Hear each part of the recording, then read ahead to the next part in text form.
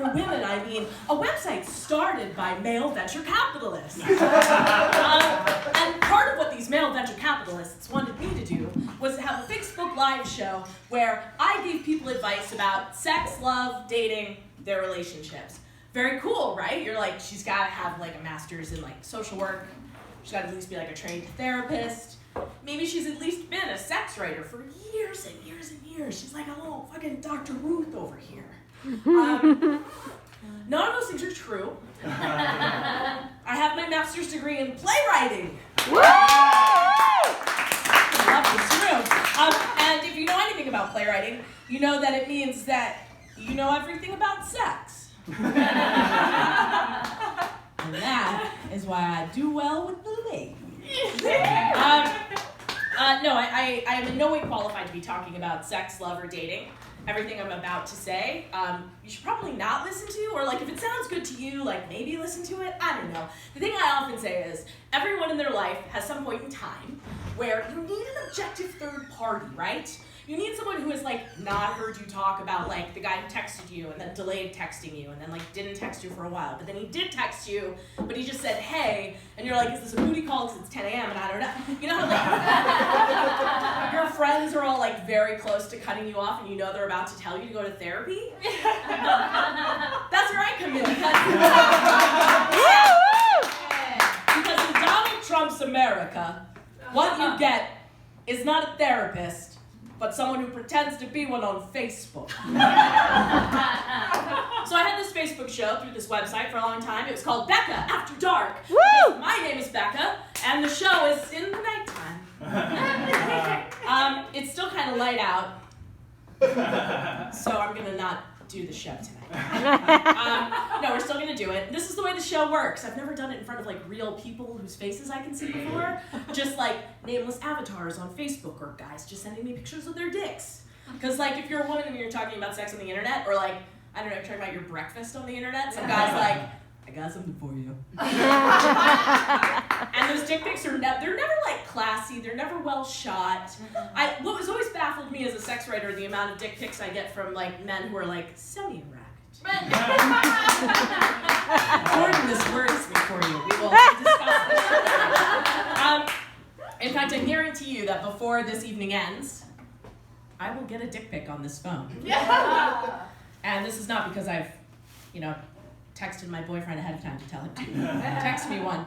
Show it to us. I haven't blocked anyway. Oh yeah, for sure. Yeah. So the way it works is people ask me questions about sex, love, and dating, and I give my best, answer that I hope will help them. And what I'd like to do is do some of that here now. Obviously, all of you are like, fuck. We were talking about this room being like Thanksgiving. This is a little bit like when your crazy Aunt Karen gets up at the table and talks about how like Doug hasn't met her needs for 20 years. It's actually probably closer to the time my like alcoholic grandfather looked at my dad when we were having Thanksgiving dinner, made direct eye contact, and was like, this is as much context as my dad had. But were the Beatles even talented? So we're going to, my hope here is to make you all slightly uncomfortable, maybe answer some questions and get you all leaving still uncomfortable, maybe knowing a little bit more than you did before. So I have people who watch this show, they live in my phone. And they have submitted some questions that I'm going to read and answer tonight. But because you guys are in the room and you're here first, your questions I will answer at any time. So if anyone has any questions, oh my God, yes, thank you. I was also going to say really quickly, if you have a question and you would like to ask it anonymously, I have an app for that. So go to ask.fm/BeccaAfterDark and ask your questions now. And I'll just tell also, everyone in the room right now, text your mom. So that way, you don't know who's texting me, see? I had a plan. Yes, sir, birthday boy. Are Paul and Sarah going to be okay? I'm really glad you brought this up, because actually, when Alex asked me to be here today, he was like, I don't want to draw too much attention to it. No, if anything, this is terrible to be referring to someone's specific marriage. You're going to be great. All you need to know about your marriage is that it's between the two of you. And to say, Paul, if there's a woman in the room who everyone is wishing is their, their planted wife, not a phrase that I'm hoping catches on. I think you found a winner there. And whatever gifts she chooses to give you, you will accept it. Look at the watch. You look at it 3 seconds every day. Although, Sarah, I will say this. I didn't know it was the month of July. You have to be careful with Amazon. The deals look appealing, but you never know if you're getting a legitimate buyer or not. You're right. It might not even be real Cassie. This might not even be Paul at this point. I foresee nothing but happy things for them in the future. If I said any differently, it would turn into like a really weird night. Can you imagine? I was like, well, I'm really glad you brought this up because I've been noticing some tense body language. That's my favorite thing that tabloid reporters do, is that they talk about the body language. I do this a lot in my current job. I analyze photos of like Kate Middleton and Prince William, and I'm like, it's clear he's feeling emotionally distant from her as they stand here talking about landmines.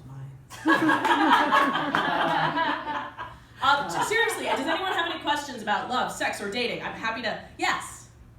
Is sending not a fully erect dick pic a bad thing? Honestly, it like totally depends on context. Right. Like there's some people who are really. Right. There are some people who are really. Do you guys all know what smurfing is? No. Smurfing is when you get hit in the face, or someone you know and love, or someone you don't know, gets hit in the face with a semi-erect penis. And that's like a thing some people are really into.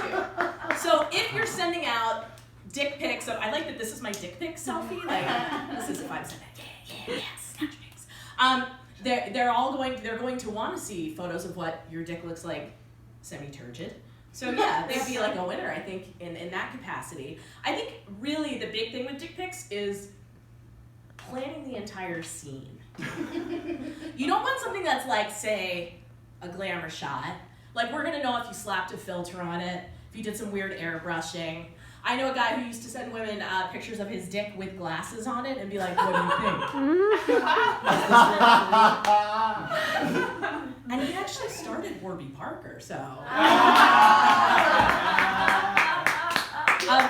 I think the biggest thing with dick pics that guys mess up, there are 2 things. One, sending them unsolicited when you're not having any sort of sexy talk. Because there's different types of solicited, right? That's another question. But the first type of solicited would be if you are looking at someone going, please send me a picture of your penis as quickly as you can. I don't care what condition it's in. Don't care what it's up to, just send it my way. I'm really trying hard not to make eye contact with Sarah here because she seems deeply ashamed. Fate of the... there are other less overt ways of soliciting a dick pic, which is sort of like a, hey, what are you doing? I'm just in my bed right now. I'm not doing anything. This is how I sex. I just sway and I talk in a really high voice. It's actually not that cute. So yes, there are 2 different ways in which you can solicit them. If you're getting a dick pic unsolicited, the guy is already screwed up. Unless like one of your things is like, I'm into unsolicited dick pics. The other thing is like, okay, captions are important. Your words matter. This is like, I used to have a rule with online dating. I don't reply to anyone who messages me with just, hey. Yeah. Like you can hear it. You can hear them just going, oh, she's good enough to like send a hey to, but like, I'm not gonna read her whole profile. Some other things going. I once had a guy send me a dick pic, and right before he did, he said, just had shrimp cocktail at Mom's. And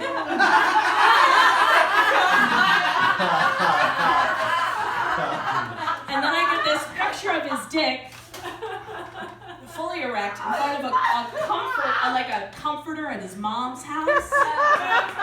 And it was one of those photos that you could smell, and not in a good way. There were too many thoughts. So really, discretion is the better part of valor when sending dick pics. I think guys, you need to know what you're looking for when you send a dick pic. If what you're looking for is to get ass, there are like 900 other ways you can get ass that are more effective. If what you're looking for is a photo of a vagina, that's cool. You would not know if it was hers. But also make that clear in the sending. And ladies, don't use your flash. I will never forget going through like clear out my phone, being like, oh yes, I've hit the treasure trove of delights that no one can see but me. And you know that scene in Jurassic Park where the little spitting alien? Yeah! It was that. So I deleted it. Any other questions from you guys? Anyone? Sex, love, dating, state of the universe. Oh, guess what?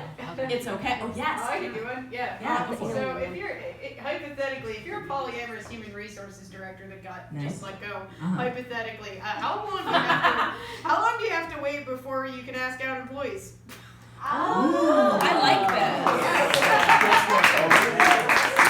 This is a very good question. Yeah. These are barber shops, by the way. That's Nice. important. Oh, okay. Yeah, also an important distinction. Yeah. I myself am a polyamorous person. A polyamorous bisexual person. So like, wee. Likewise. Can you repeat the question? I'm sorry. Can I read the question? Can you repeat? I'll repeat Oh, the yes. question. If you're a polyamorous human resources director that just lost their job, how long do you have to wait before you can hook up with ex-employees? So the actual like TLDR version of this is like you have to look at the agreement you signed when you started working at a place, right? Oh yeah, it said nothing about that. Then fuck, all bets are off. Why are you here? I think that, polyamorous people, a lot of people think that like we just go around and get our freak on all the time, which is very much true. But also, I would say like no one should ever become polyamorous unless you're really, really excited about when people are like, what are you doing this weekend? You get to be like, I get to sit down with my primary's girlfriend and talk about boundaries. There's a lot of fucking talking involved in being polyamorous. There are threesomes, there are sex parties, there are all sorts of cool and new, fun experiences. But there's also sitting there and being like, okay, how do I tell him he's fucking annoying me while putting it in like an I feel like statement? I think for a polyamorous HR director, I think it's like totally proceed with caution. Like make sure that like you give it a little space to breathe. But like if I were you, I would have like already been laying the groundwork. Like, hey, so you know how it says where you have to register relationships with HR?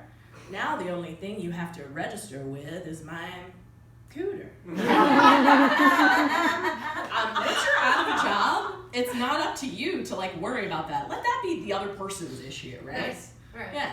That's where I go for this. But in general, when it comes to like fucking where you work, I'm not gonna say shitting where you eat because that's disgusting.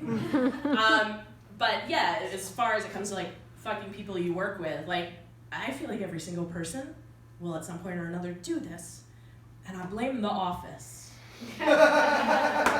Everyone at work is like, oh yeah, but he's like the gym to my Pam. No, he's not. He's just like, he's just the person at your office who you hate the least, so you think that fucking them is a good idea, and it could be while you're fucking them.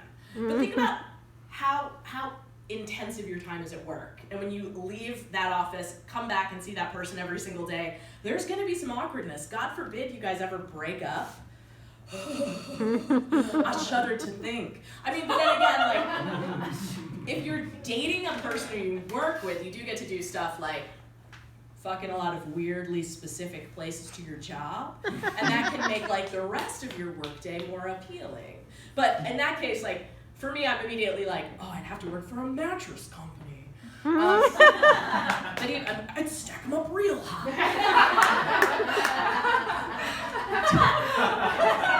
I didn't know that was one of my things to like just now. I like to do it on all the bands. Fucking people at work, it's messy in more ways than one. Anyone else? Questions? Yes. Hi, I'd like to know more about alien impregnation fantasies, such as masturbatory aids in the form of eggs or. Yeah. Okay, I got this. Yeah. Like the ovum inserters, like we were talking about. Of course. Yeah. I know the answer to this too. Yeah. Okay, cool. Yeah. All right. So people are into all kinds of shit, and I think that's great. And I think people should be into all sorts of shit. I think the only thing you need to remember is like make sure that the other person's into it too. Even if the thing that you're into is like you guys someone not being into it, you still have to like, ooh, action, faces on faces, rape fantasy, ooh, yes. And one thing people are really into is pretending that they're insects or that they're aliens when they have sex. Look at how the quiet. Guys, that's like the least weird shit in terms of sex and the internet and human beings. Let's not act like we're all that appalled. So one of the things that people are really into in terms of alien sex is being impregnated with alien eggs. And insects have this way of doing it. Wait, I'm gonna put my hands down. Dip my hands down. I can't do that. I'm gonna put the mic down to do this. When like a praying mantis gets another praying mantis pregnant, you know how they have like the hands like this because of the praying thing? And they go up to the other praying mantis and they take these little things and they're like,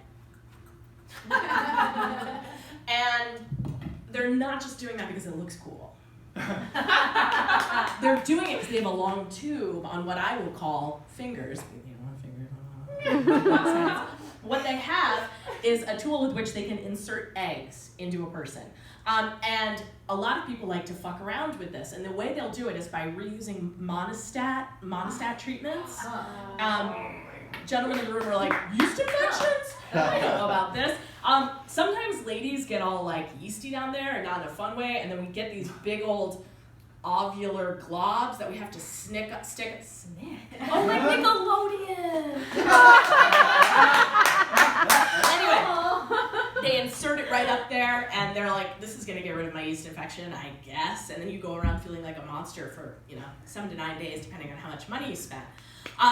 People will use those in like a sexy way to be like, now the alien's abducting you and putting its life inside you.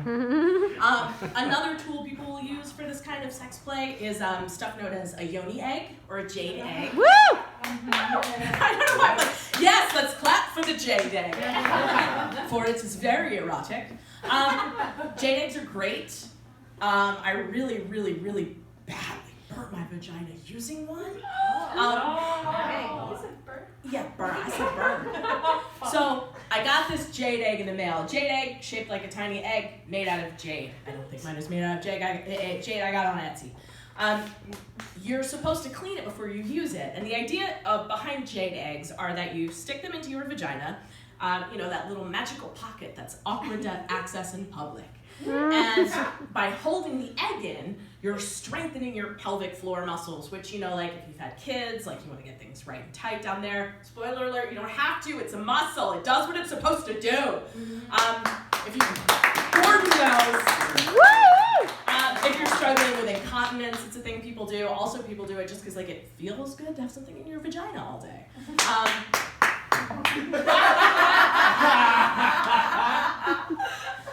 So the jade egg, my friends, once it is up there, you keep it in there for however long, using your pelvic floor muscles to hold it in, and then you remove it. Or if you're pretending it's an alien life form being put inside of you, you're going, any day now, I'm due any day now.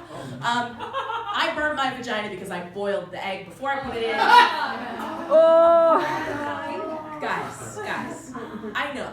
I didn't take it out of the boiling water and go, ha-ha, what a bit! No, turns out stone retains its heat more than I thought, blah, blah, blah.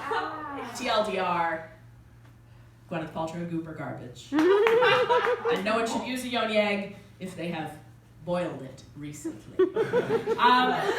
Ladies and germs, I think that's going to do it for me right now.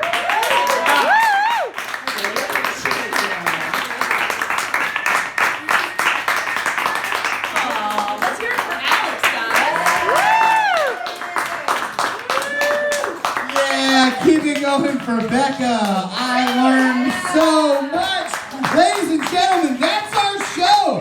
Thank you so much for coming to Wine and Sleaze. This has been fantastic. Keep it going for all the comedians. Hannah Harkness, Igor Martinez, Steve Becker, Mike Mercadal, Paul Ashe.